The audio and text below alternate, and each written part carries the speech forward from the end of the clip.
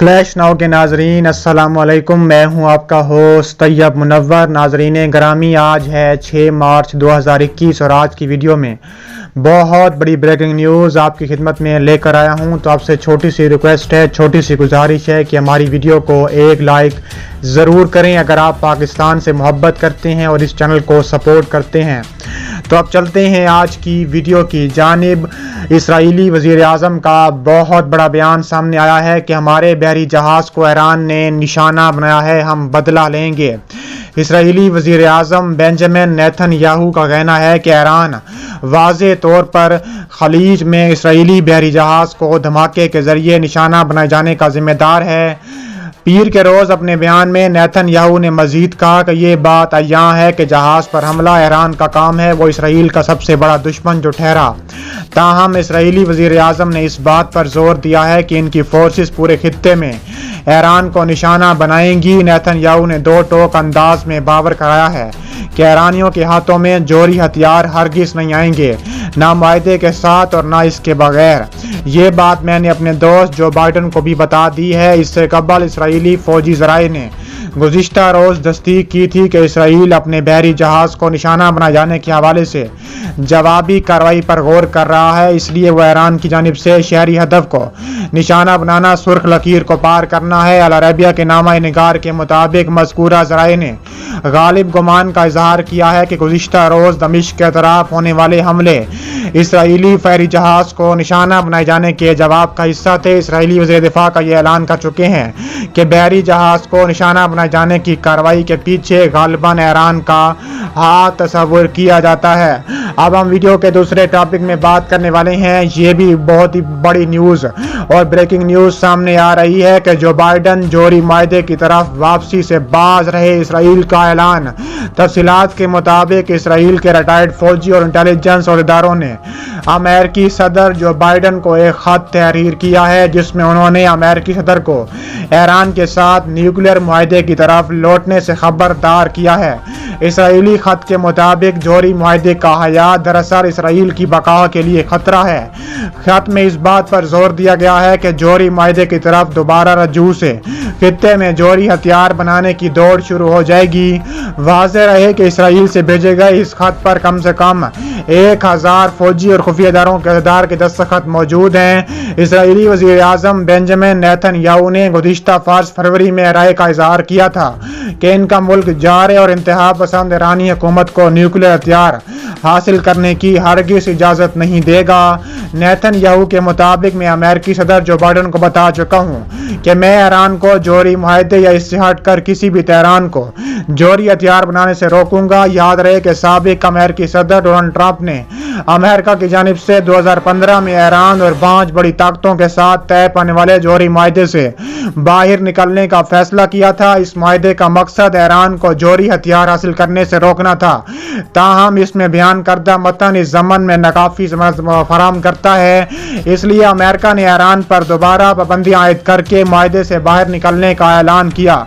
Iran ने अमेरिकी फैसले के रद्द-ए-अमल के तौर पर अपने जोहरी प्रोग्राम पर आयद की जाने वाली पाबंदियों का एहतराम करने से इनकार कर दिया। जो बाइडन ने ऐलान किया था कि अमेरिका जोहरी मुआहदे में दोबारा शमूलियत के लिए तैयार रहे, बशर्ते कि ईरान मुआहदे की शराइत पर अमल आमादगी से इजहार करे।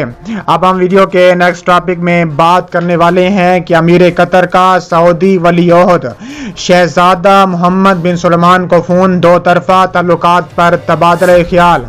कतर के अमीर शेख तमीम बिन हमद अल सानी ने सऊदी अरब के वली ओहद शहजादा मोहम्मद बिन सलमान बिन अब्दुल अजीज अल सऊद से टेलीफोन पर बातचीत की है। दोनों रहनुमाओं के दरमियान होने वाली बातचीत में दो तरफा ताल्लुकात पर तबादला ख्याल किया।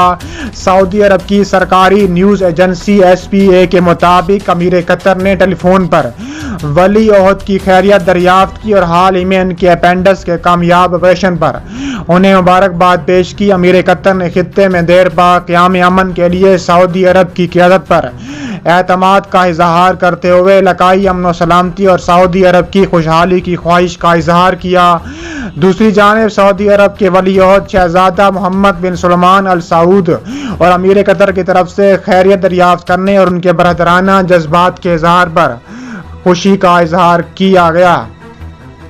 اب ہم ویڈیو کے نیکسٹ ٹاپک میں بات کرنے والے ہیں امریکی وزیر خارجہ اینٹونی بلنکن کا بڑا اعلان۔ انہوں نے کہا ہے کہ ایران نواز یمنی حوثی معارب میں جنگی کارروائی فوراً روک دے ورنہ امریکہ ان کو نشانہ بنائے گا۔ امریکہ کے وزیر خارجہ اینٹونی بلنکن نے کہا ہے کہ سعودی عرب و صدر منصوبہ ہادی کی حکومت یمن میں جاری جنگ کا خاتمہ چاہتے ہیں اور اس کے پرعزم ہیں۔ انہوں نے ایران کے حمایت یافتہ حوثی باغیوں پر زور دیا ہے کہ وہ بھی اس کا مثبت جواب دیں۔ وہ یمن کے لیے امریکہ کے خصوصی ایلچی ٹیم لینڈ کنگ کے خطے کے دوران اقوام متحدہ کے زیر اہتمام امدادی کانفرنس میں گفتگو کر رہے تھے۔ انہوں نے لینڈر کنگ کی سعودی اور یمنی قیادت سے بات چیت کے حوالے سے بتایا ہے کہ یہ دونوں فریق یمن میں جاری بحران کا کوئی حل چاہتے ہیں۔ امریکی وزیر خارجہ نے حوثی ملیشیا سے مطالبہ کیا کہ وہ سرحد پار حملوں اور جارحانہ جنگی کارروائیوں کو روک دے کیونکہ اس سے جنگ طول پکڑے گی۔ حوثیوں نے حالیہ ہفتوں کے دوران سعودی عرب کے شہروں کی جانب متعدد ڈرون اور میزائل حملے کیے ہیں۔ ان میں ایک حملہ ابہا کے بین الاقوامی ہوائی اڈے کو نشانہ بنایا گیا تھا اور دارالحکومت الریاض کی جانب بھی بیلسٹک میزائل داغے گئے تھے، لیکن انہیں سعودی عرب کی قیادت میں اتحادی فوج نے ناکارہ بنا دیا تھا۔ ٹیم بلنکن کا اس جانب اشارہ تھا۔ انہوں نے کہا ہے کہ پہلا ضروری قدم یہ ہے کہ حوثی معارب میں جارحانہ کارروائی روک دیں۔ اس شہر میں پہلے ہی 10 لاکھ سے زیادہ دربرد افراد رہ رہے ہیں۔ حوثی سعودیوں اور یمنی حکومت کے ساتھ مل کر امن کی جانب پیش قدمی کریں۔